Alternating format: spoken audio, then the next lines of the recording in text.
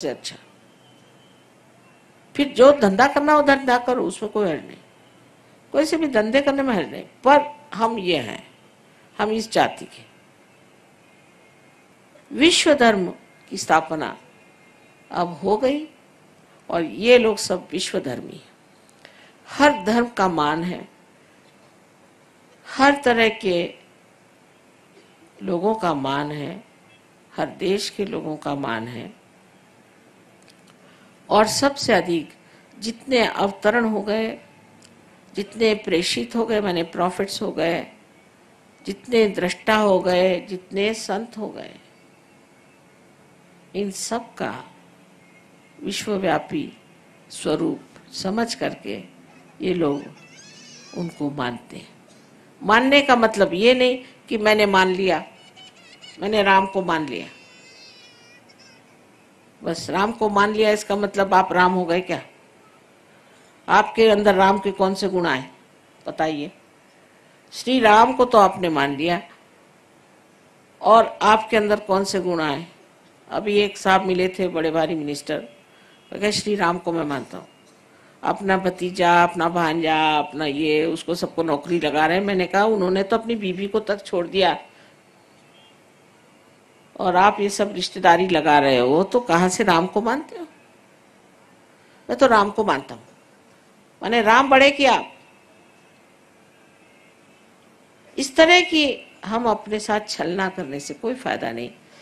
हमें अपने साथ बड़ी ईमानदारी रखनी चाहिए, और इस ईमानदारी में हमें एक प्रेम से सोचना चाहिए कि भाई हमने अपने लिए क्या किया, हमने अपने लिए क्या माना, हमने अपना कौन सा उद्धार कर लिया, हम कौन से ऐसे विशेष प्रदेश में गए, ऐसे कौन से महान उच्च विचारों में हम अपना जीवन व्यतीत कर रहे हैं।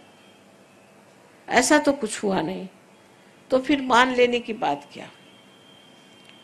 मानने का मतलब है कि हमारे जीवन में उसका प्रतिबिंब दिखना चाहिए, लोगों को दिखाई देना चाहिए कि आपने अगर किसी को मान लिया है तो आप में भी उसकी कोई न कोई छवि है, उसका कोई न कोई अर्थ है, वो कोई न कोई मतलब रखता है, उसका आपके जीवन में भी कोई न कोई प्रादुर्भाव है।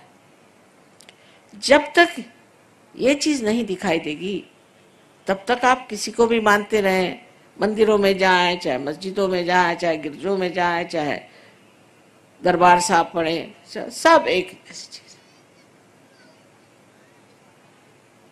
उससे अब बच्चों में ये बात आ गई कि क्यों ये सब करें हम, और सही भी बात है क्योंकि वो बुद्धि लगाते हैं। आपको चाहिए कि अब धर्म को आप पूरी तरह से जाने, और इस धर्म को क्यों पालन करना है, क्यों धर्म को पालन करने को कहा था? क्योंकि जब तक धर्म के सहारे हमारे अंदर संतुलन नहीं आ जाएगा तब तक हमारी उड़ान नहीं हो सकती, हम चढ़ नहीं सकते, हम बढ़ नहीं सकते। इसलिए इस संतुलन के लिए इन्होंने कहा था कि धर्म में रहो, पर सहयोग में आप अधर्मी भी हो कोई हर्ज नहीं, आपको पहले संतुलन में बिठा देंगे और फिर आपको उड़ा देंगे। रिपेयरिंग शॉप है सहयोग, सब तरह का इंजीनियरिंग